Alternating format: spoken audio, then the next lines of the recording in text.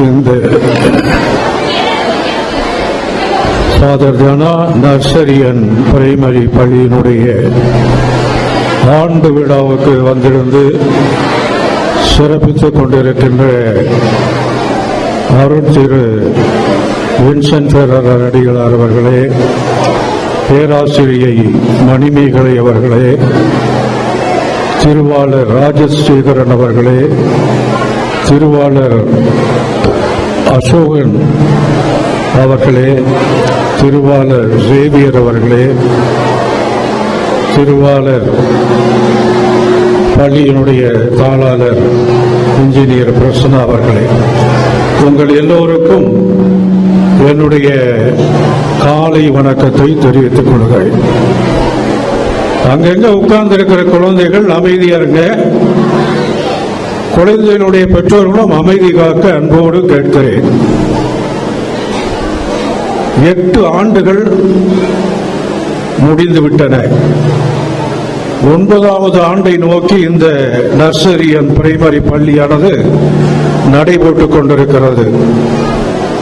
இந்த 8 ஆண்டுகள் பரிமாண வளர்ச்சியில் இந்த பள்ளியானது எல்கேஜியிலிருந்து 12ஆம் வகுப்பு வரை ஆங்கில கல்வி போதனா மொழியாக கொண்ட பள்ளியாக மாற்றப்பட்டிருக்கிறது. 8 ஆண்டுகளுக்குள்ளே எல்கேஜியிலிருந்து 12ஆம் கிளாஸ் வரைக்கும் ஆங்கில வழி கல்வி இங்கு நடைபெறுகிறது. கல்வி என்றால் வியாபாரம் என்று சொல்லுவார்கள். சுற்றுமுற்றிலும் இருக்கின்ற பள்ளிகள் எல்லாம் பார்க்கின்ற பொழுது காலையில எப்படியும் ஒரு 20 பஸ்கள் பல பல பல பல பல ஊர்களில் இருந்து குழந்தைகளை அழைத்து செல்ல வருகிறது. அப்படின்னு சொன்னா லால்குடியில இருந்து வருது, ஊத்தூர்ல இருந்து வருது, பலூர்ல இருந்து வருது, சமயபுரத்தில் இருந்து வருது. ஆக எல்லா திசைகளில் இருந்தும் நம்முடைய கிராமங்களுக்குள்ளே சற்றேறக்குரிய 20லிருந்து 25 வாகனங்கள் வந்து கொண்டிருக்கின்றன. தயவு செய்து பேசாம இருங்க. If you want to talk here or chat with you, you can get out and talk outside. ஒரு மனிதர் பேசிக் கொண்டிருக்கின்ற பொழுது கவனிக்கக்கூடிய மனப்பான்மை இல்லை என்றால் என்ன அர்த்தம்?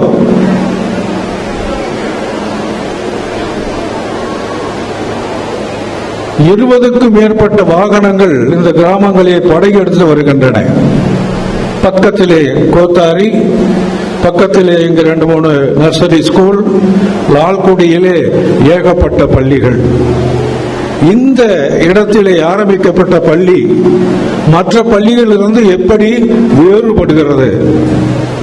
வியாபாரம் நோக்கல்ல, பிள்ளைகளுடைய அறிவு திறனை மேம்படுத்துவது, தரமான கல்வியை கொடுப்பது, எல்லாருக்கும் எல்லாமாக இருந்து அந்த குழந்தைகளை பார்த்துக் கொள்வது, அந்த குழந்தைகளுடைய பாதுகாப்பிலே கவனம் செலுத்துவது, அந்த குழந்தைகளுடைய பெற்றோர்களுடைய ஃபீட்பேக்கை வாங்கி அதை உள்வாங்கி என்ன மாற்றங்களை செய்வது என்று சொல்லுகின்ற பள்ளி.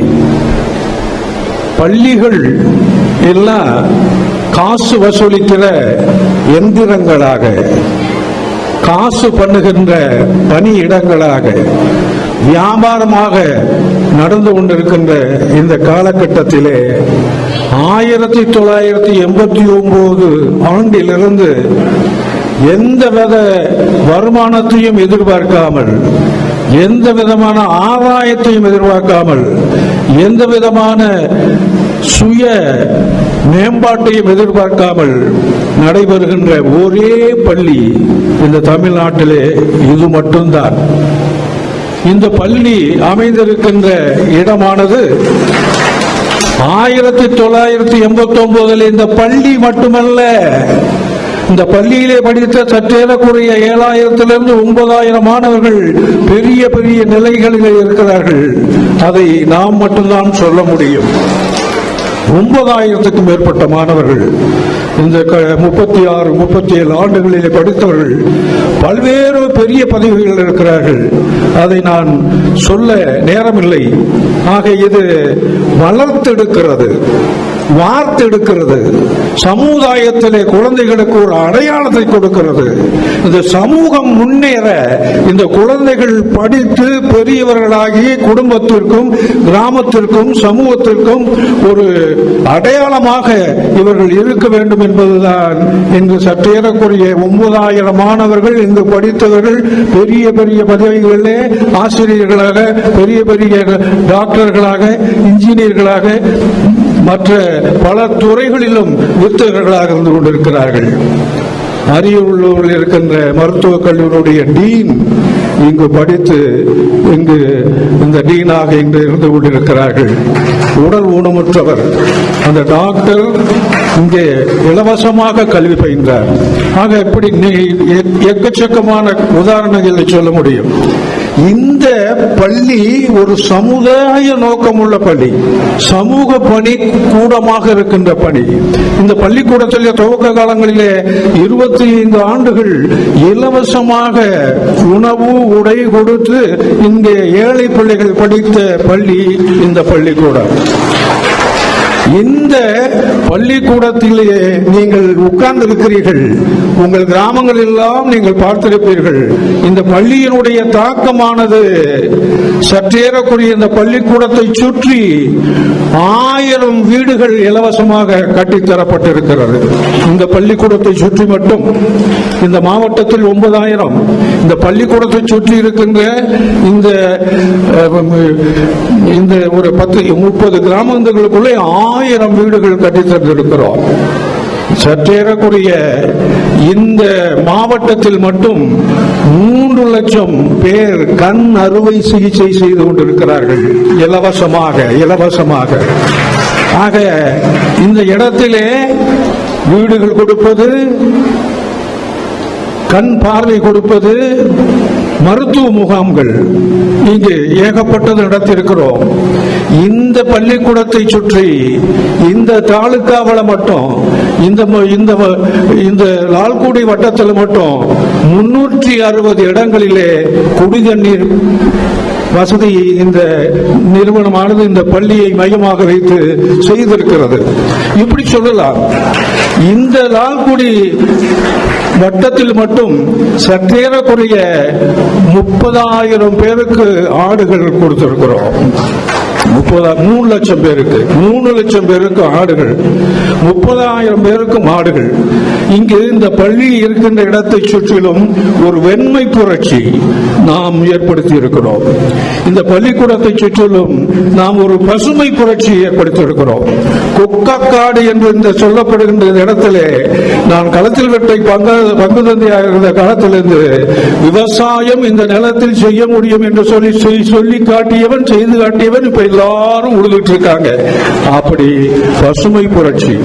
ஆக இது ஒரு வியாபார நோக்கோடு அல்ல, சமுதாய நோக்கோடு. இங்கு சுற்றி இருக்கின்ற அந்த கிராமத்தில் இருக்கிற எல்லா மக்களும் என்னால் பயன்பெற்றவர்கள், இந்த நிறுவனத்தால் பயன்பெற்றவர்கள். அப்படி பார்க்கின்ற பொழுது நாம் நம்மை இழந்து, நம் உடைமையை இழந்து, நாம் பையில் இருக்கிற எல்லாவற்றையும் இழந்து, நமக்கென்று எதுவும் வைத்துக் கொள்ளாமல் தியாக வாழ்க்கை, அது என்னுடைய வாழ்க்கை, என் குடும்பத்தினுடைய வாழ்க்கை. ஒருவர் தியாகம் செய்ய முடியாது என்றால் மற்றவர்கள் வளர முடியாது. கொடுத்து கொடுத்து கொடுத்து கொடுத்து இங்கு வந்திருக்கின்றவர்கள் யாராவது சாமியாரால் நாங்கள் எந்த உதவியும் பெறவில்லை என்று சொல்ல முடியுமா? உங்களுடைய தாயை கேட்டு பாருங்கள், தகப்பனை கேட்டு பாருங்கள், தாத்தாவை கேட்டு பாருங்கள், பாட்டியை கேட்டு பாருங்கள். எல்லாருக்கும் எல்லாமுமாக இதுதான் தர்மம். எல்லாருக்கும் எல்லாமாக இல்லாத மக்களை தேடி நல்லது செய்து வாழ்கின்ற மக்களாக இந்த சமுதாயம் வழங்க வேண்டும் என்பதற்காகத்தான் இது ஒரு பாசறையாக இந்த பள்ளி வளர்த்தெடுக்கப்பட்டிருக்கிறது. இந்த இடத்திலே என்னுடைய 75வது ஆண்டு விழாவை முன்னிட்டு ஒரு பள்ளி கட்டிடமானது கட்டப்பட்டு வருகிறது. 6 வகுப்பறைகள் கொண்ட கட்டிடம். இந்த காரியத்திற்கு நான் யாரிடம் போய் நிற்க வேண்டும்? 10 ஆண்டுகள் முன்பு வரை நாம் எது கேட்டாலும் எங்கிருந்தாலும் கொட்டும். இந்த மோடி அரசு வந்தவுடனே சிறுபான்மையர்கள், கிறிஸ்தவர்கள், பாதிரிமார்கள், சிஸ்டர்கள், பிஷப்கள் இவங்கெல்லாம் வெளிநாட்டு காசு வாங்கக்கூடாது என்று இப்ப கூட பாராளுமன்றத்திலே சட்டம் பாஸ் பண்ணியிருக்கிறார்கள். ஆக சிரமமான காலகட்டத்தில் இந்த 10 ஆண்டுக்குள்ளே எல்லாவற்றையும் எனக்கு கொடுத்த மோதிரம், எனக்கு யார் யார் பரிசு கொடுத்தாங்களோ அந்த இதெல்லாம் விற்று இந்த நாட்களை, இந்த பள்ளிக்கூடங்களை, மற்ற தர்ம பணிகளை, உடல் ஊனமுற்ற குழந்தைகளுக்கான மறுவாழ் பணிகளை நாங்கள் தொடர்ந்து கொண்டிருக்கிறோம், நிறுத்தவில்லை. இறைவன் நம்மை ஒரு கருவியாக பயன்படுத்துகிறார். இந்த நேரத்திலே இங்கு இருக்கிற எல்லாரும் என்னுடைய முயற்சிக்கு உதவி செய்திருக்கிறார்கள். சிறப்பாக இங்கு வந்திருக்கின்ற என்னுடைய தம்பி அசோகன், தொழிலதிபர், சென்னையிலிருந்து வந்திருக்கிறார். அவர் திடீர்னு அவரும் அவருடைய மனைவி, என் மனைவியுடைய தங்கை, அவரும் அவருடைய மனைவி உமா மகேஸ்வரியும் ஒரு 2 வருஷத்துக்கு முன்னாடி வீட்டுக்கு வந்தாங்க. வீட்டுக்கு வந்து தடால்னு காலில் விழுந்தாங்க. என்ன ஆசீர்வாதம் பண்ணுங்கன்னாங்க. அப்ப ஆசீர்வாதம் பண்ணேன். 2 லட்சம் ரூபாய் என் கையில் கொடுத்தார். 2 லட்சம் ரூபாய என் கையில் கொடுத்தார். நான் என் வாழ்நாளில் யார்கிட்டையும் காசு வாங்கினதில்லை. முத ஒரு 2 லட்சம் ரூபாய தம்பி அசோகன் என்கிட்ட கொடுத்தார். அண்ணே, இது நீங்க எனக்கு கொடுத்த காசு, நான் திருப்பி கொடுக்கிறேன் அப்படின்னாரு. இல்ல வேண்டாம் அப்படின்னேன். ஆனா அவர் வற்புறுத்தி என்கிட்ட 2 லட்சம் ரூபாய் எனக்கு கொடுத்தார். அதுதான் யாம் பெற்ற இன்பம் பெருக இவ்வையகம். நாம் மகிழ்ச்சியாக இருக்கிறோம், அடுத்தவர்களுக்கும் மகிழ்ச்சியா இருக்க வேண்டும். அண்ணன் கஷ்டப்படுறாரு, அவருக்கு ஏதாவது உதவி செய்யணும்னு சொல்லி 2 லட்சம் ரூபாய் அன்னைக்கு கொடுத்தார். அது மட்டும் இல்ல, இங்கே கட்டப்படுகின்ற கட்டடத்திற்கு 5 லட்சம் ரூபாய் இப்பொழுது கொடுத்திருக்கிறார். ஜோரா கைதடுங்க. அது ஏற்கனவே நான் பள்ளிக்கூடத்தில் இன்னொரு விழாவில் நான் அவரை பற்றி பேசினேன். மீண்டும் அவருக்கு நான் சொல்றேன், அவர் கஷ்டப்பட்டவர், வாழ்க்கையில என்னென்னதான் செய்யணும் எல்லா பணிகளையும் செய்தவர், எல்லா வல்லமையும் படைத்தவர். எல்லாத்தையும் விட மனசுல நல்லெண்ணம், இரக்கம், பகிர்தல். நம்ம நல்லா இருக்கிறோம், 4 பேருக்கு அண்ணன்கிட்ட கொடுத்தா உதவி செய்வார்னு சொல்லி இப்போ ஒரு 5 லட்சம் ரூபாயை கொடுத்து கட்டிட பணிகள் நடந்து கொண்டிருக்கின்றன. எல்லாம் ஜோரா அசோகன் ஜானகிராமன் அவர்களுக்கு நம்முடைய வாழ்த்துக்களை சொல்லுவோம். அப்படியே ஒவ்வொருத்தரும் உதவி செஞ்சிருக்காங்க. என் மனைவி ஒரு 5 லட்சம் ரூபாய் கொடுத்துச்சு, வாழ்த்துக்கள். என்னுடைய இளவல் ராஜசேகரன் ஒரு 30,000 ரூபாய் கொடுத்திருக்காரு, அவருக்கு வாழ்த்துக்கள். இங்க சேவியர் இங்க பள்ளிக்கூடத்தில் வேலை செஞ்ச ஆசிரியர் 25,000 கொடுத்திருக்காரு, வாழ்த்துக்கள். இங்க இருக்கின்ற ஆசிரியர்கள் 4 பேர் 50,000 என்று 2 லட்சம் ரூபாய் கொடுத்திருக்கிறார்கள். மற்ற ஆசிரியர்கள் சேர்ந்து ஒரு 3 லட்சம் ரூபாய் கொடுத்திருக்காங்க. எல்லாம் சேர்ந்து 70 லட்சம் ரூபாய்க்கு அங்கே கட்டடம் கட்டப்பட்டிருக்கிறது. பாதி வேலை முடிந்து விட்டது, மீதி வேலை இருக்கிறது. அதனால இந்த கட்டட பணிகள் செய்ய நிறைய பேர் முன் வந்து ஒரு 100 ரூபாய் கொடுக்கலாம், 500 ரூபாய் கொடுக்கலாம், 1000 ரூபாய் கொடுக்கலாம். என்கிட்ட இருக்கிறப்ப கொடுத்தேன்,